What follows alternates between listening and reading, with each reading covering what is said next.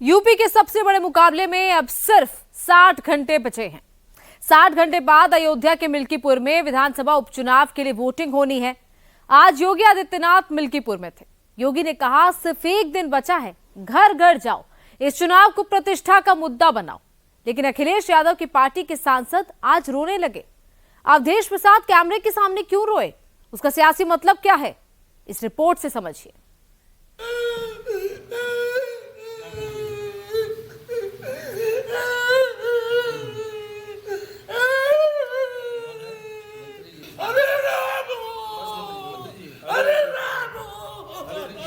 तीन दिन बाद अयोध्या के मिल्कीपुर में विधानसभा का उपचुनाव है और अयोध्या की फैजाबाद सीट से सांसद अवधेश प्रसाद के रोने की ये तस्वीर बहुत तेजी से सर्कुलेट हो रही है। कहाँ हो? साथ में हैं। कहाँ हो? सीता मैया कहाँ हो? अखिलेश यादव की समाजवादी पार्टी के सांसद अवधेश प्रसाद मीडिया के सामने इस कदर क्यों रो रहे हैं, बार बार इस्तीफा देने की बातें क्यों कह रहे हैं? हमें जाने दो दिल्ली, लोकसभा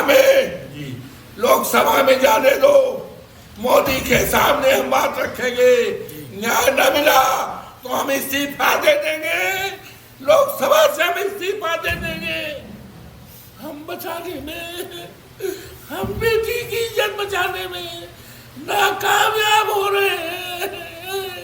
इतिहास क्या कहेगा?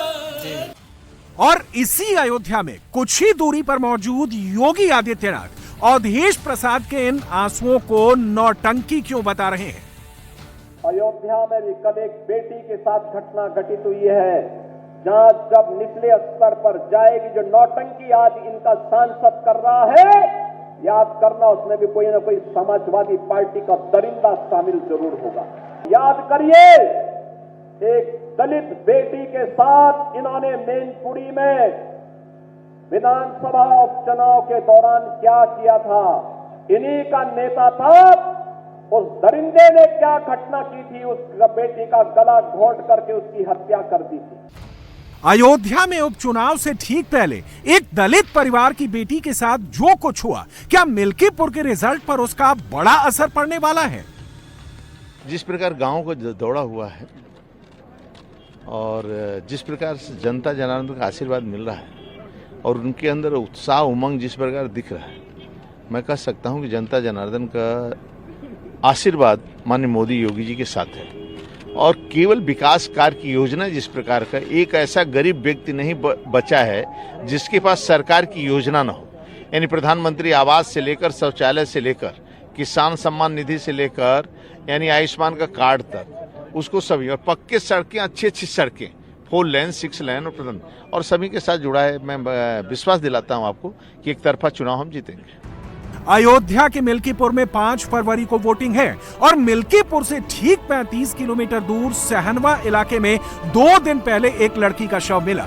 लड़की के कपड़े उसकी बॉडी से दूर थे और वो भी खून से लथपथ। माहौल चुनावी है, इसलिए कुछ ही देर में यह बात आग की तरह फैली। पहले पुलिस पहुंची, आसपास के लोग पहुंचे और इसके बाद फैजाबाद के सांसद अवधेश प्रसाद उस परिवार से मिलने पहुंच गए जिनकी बेटी की हत्या हुई है। अवधेश प्रसाद उस लड़की के अंतिम संस्कार में भी शामिल हुए, लेकिन इसके बाद जब मीडिया के सामने आए तो खूब रोए, बार बार रोए और योगी सरकार की पुलिस प्रशासन पर तमाम इल्जाम लगाए। निर्भया कांड से 1000 गुना यह गंभीर मामला है। और हमने देखा, मैं उस बेटी को मिट्टी देने भी गया था और बाप को, परिवार को, सब सामे हुए थे। यहां तक कि उसका जो दाह संस्कार होता है, दाह संस्कार भी जो हमारी हिंदू धर्म में मान्यताएं हैं, हिंदू धर्म की मान्यताओं को तोड़ा गया। जीसीबी लगाकर पुलिस के घेरे में उसको दफनाया गया। मां को देखने का, किसी को गांव को देखने का अधिकार नहीं किया गया।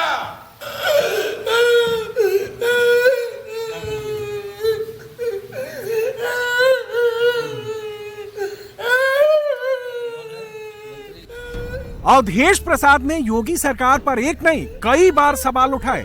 दलित बेटी का जिक्र करके जार जार रोए, बहन बेटियों की इज्जत की खूब दुहाई दी और इसमें हर्ज की बात भी नहीं थी। लेकिन हैरानी की बात यह है कि यह सब कुछ कहते हुए अयोध्या में इससे पहले हुई घटनाओं का एक बार भी ख्याल नहीं आया। अवधेश प्रसाद ने उस मोइन खान का एक बार भी जिक्र नहीं किया जिस पर एक लड़की से रेप और ब्लैकमेलिंग का आरोप है। योगी आदित्यनाथ ने उसी का जिक्र किया। बहनों और भाइयों, इनको इसी मिल्कीपुर का मोइन खान प्यारा है,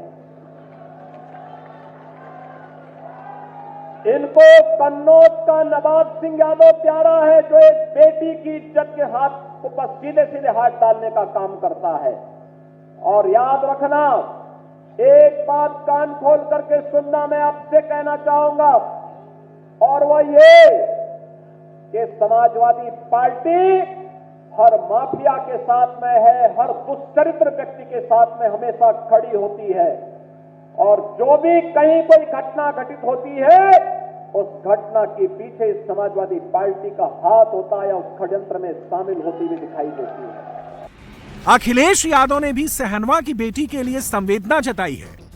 अखिलेश ने ट्वीट किया तो दूसरी लाइन में ही दलित बेटी वाली बात लिखना नहीं भूले, लेकिन मोइन खान वाली घटना अखिलेश यादव को भी याद नहीं आई। अखिलेश यादव से इस वक्त सवाल कुछ भी पूछिए, जवाब महाकुंभ पर आएगा। महाकुंभ में भगदड़ क्यों हुई, कैसे हुई, कितने लोगों की जान गई, कितने का आंकड़ा सामने आया, अखिलेश की जुबान पर सिर्फ यही सवाल है।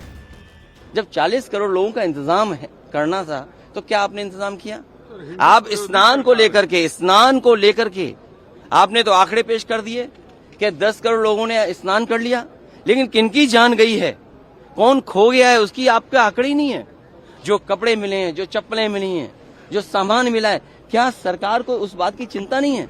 ये सरकार कहती है कि हम हिंदू पार्टी हैं, हिंदू का संरक्षण करते हैं। जो सरकार महाकुंभ और हिंदुओं का सबसे बड़ा ये त्योहार माने, पर्व माने या ऐसी जो आयोजन है वो माने, उस आयोजन को नहीं कर पा रहे हैं तो वो क्या दुनिया में अर्थव्यवस्था बन पाएंगे? मिल्कीपुर का चुनाव और महाकुंभ ये अलग अलग मुद्दे हैं, लेकिन सियासत में इन दोनों मुद्दों को एक सिरे से पकड़िए तो दूसरा सिरा आपस में जुड़ता नजर आएगा। अखिलेश यादव और उनके सांसद अवधेश प्रसाद जिस दलित बेटी का जिक्र करके दलित पॉलिटिक्स को हवा देने की कोशिश कर रहे हैं, उसके पीछे का मैथमेटिक्स बिल्कुल क्लियर है। यह बात किसी से छिपी नहीं है कि मिल्कीपुर में करीब 1,20,000 दलित वोटर हैं। इसमें 55,000 से ज्यादा पासी समुदाय के वोटर हैं। ये वोटर्स ही जीत में अहम रोल निभाते हैं, इसीलिए बात बात में दलितों का जिक्र हो रहा है। अखिलेश कास्ट पॉलिटिक्स के बहाने मिल्कीपुर चुनाव को साधने की कोशिश कर रहे हैं, लेकिन योगी आदित्यनाथ बटेंगे तो कटेंगे वाले फॉर्मूले को महाकुंभ वाली पिक्चर के जरिए सामने रख रहे हैं। याद करिए, ये वही समाजवादी पार्टी है जो बहराइच में महाराज सुहेल देव के विजय स्मारक का विरोध करती है। ये कहती है नहीं, गाजी का वहां होना चाहिए। इनको गाजी और पाजी प्यारे हैं। बहनों और भाइयों, आप देख रहे होंगे समाजवादी पार्टी के अध्यक्ष के पिछले 2 महीनों के ट्वीट को आप देखिए। महाकुंभ प्रयागराज का विरोध करते हुए इनके ट्वीट सारे के सारे आए हैं। दुनिया में आ रही है। अब तक 34 करोड़ श्रद्धालुओं ने प्रयागराज के मां गंगा, मां यमुना और मां सरस्वती की त्रिवेणी के संगम में आस्था की पवित्र डुबकी लगाई है। दुनिया विभूत है, देश और दुनिया के श्रद्धालु आए हैं, पर्यटक आए हैं, लेकिन पीड़ा समाजवादी पार्टी को हो रही है। नेता कुछ भी कहें, जनता तो वही देखती है जो सामने होता है। महाकुंभ में संगम स्नान करके जो लोग लौट रहे हैं, उसमें भी जो लोग कैमरे के सामने आ रहे हैं, वो 10-10, 20-20 किलोमीटर पैदल चले, लेकिन उनके चेहरे पर किसी तरह की शिकन नहीं है। इसी तरह जो अयोध्या पहुंच रहा है, वो वहां की सड़कें, वहां का डेवलपमेंट, वहां की भीड़ और रामलला का मंदिर देखकर हैरान है। इसीलिए योगी मिल्कीपुर के लोगों से कह रहे हैं कि गांव-गांव जाइए, घर-घर जाइए और वो सारे काम बताइए जो अयोध्या में हुआ है, क्योंकि जितना काम अयोध्या में हुआ है उतना यूपी में कहीं नहीं हुआ है, ना नरेंद्र मोदी की काशी में, ना योगी के गोरखपुर में। और इसके साथ साथ योगी ये भी बता रहे हैं कि 2016 में समाजवादी पार्टी की सरकार थी तो अयोध्या में एक साल में 2,35,000 टूरिस्ट आए थे, जबकि 2024 में अयोध्या में 16 करोड़ 11 लाख टूरिस्ट आए हैं। यानी 100 गुना नहीं, 200 गुना नहीं, 600 गुना से भी बहुत ज्यादा। कल सायकाल चुनाव प्रचार बंद हो जाएगा। घर घर जाइए, अपनी प्रतिष्ठा के साथ इस चुनाव को जोड़िए और एक एक व्यक्ति को बताइए कि जाति के नाम पर, मत और मजहब के नाम पर जो लोग वोट लेने वाले लोग हैं, ये वही लोग हैं जो सत्ता में आते हैं, अपने परिवार की बात करते हैं, सिफाई का काम करते हैं। मुझे लगता है, मैं कह रहा हूं, याद करिए, मैंने जितना गोरखपुर में विकास कराया है या प्रधानमंत्री जी के आशीर्वाद से जितना विकास काशी में हुआ है, उससे ज्यादा अयोध्या में हो चुका है। क्या कोई भेदभाव हुआ है क्या? मिल्कीपुर का चुनाव कहने के लिए सिर्फ एक विधानसभा सीट का चुनाव है, लेकिन मिल्कीपुर से जो मैसेज आएगा 27 के चुनाव में उसकी बड़ी अहमियत होगी। इसीलिए योगी आदित्यनाथ हो या फिर अखिलेश यादव, दोनों मिल्कीपुर में किसी भी सूरत में जीत हासिल करना चाहते हैं। योगी मिल्कीपुर में कैंपेन करके जाएंगे तो कुछ ही घंटे बाद अखिलेश वहां पहुंच जाएंगे। लेकिन योगी कितनी बार मिल्कीपुर आए, समाजवादी पार्टी सिर्फ इसी काउंटिंग में फंसी हुई है। माननीय मुख्यमंत्री आदरणीय योगी बाबा 8 बार मिल्कीपुर विधानसभा जिसका उपचुनाव हो रहा है 8 बार आ चुके हैं। गिनीज बुक ऑफ वर्ल्ड में इनका नाम लिखा जाएगा कि कोई मुख्यमंत्री एक विधानसभा के उपचुनाव में 8 बार आए हैं।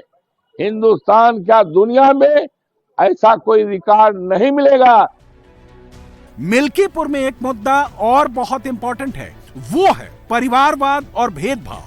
अखिलेश यादव जब महाकुंभ में वीआईपी कल्चर और भेदभाव के मुद्दे को हवा देने की कोशिश करते हैं तो योगी उसे अयोध्या के विकास के मॉडल से काउंटर कर देते हैं और ये भी बता देते हैं कि उनकी सरकार न सरकारी योजनाओं में चेहरा देखकर फायदा देती है, ना ही चुनाव के टिकट देते वक्त भेदभाव किया जाता है। इनकी दृष्टि सफाई से बाहर नहीं जाती है, इस सफाई के बाहर नहीं सोच सकते। जब सत्ता में आते हैं तो परिवार के लिए कार्य करते हैं, वोट मांगने के लिए जाति का सहारा लेते हैं और जब सत्ता में आते हैं तो अपने परिवार का भरण पोषण करके सारे पद एक परिवार को दे दिए जाते हैं। और इसलिए मिल्कीपुर का चुनाव भी आज राष्ट्रवाद बनाम परिवारवाद का चुनाव बन गया है।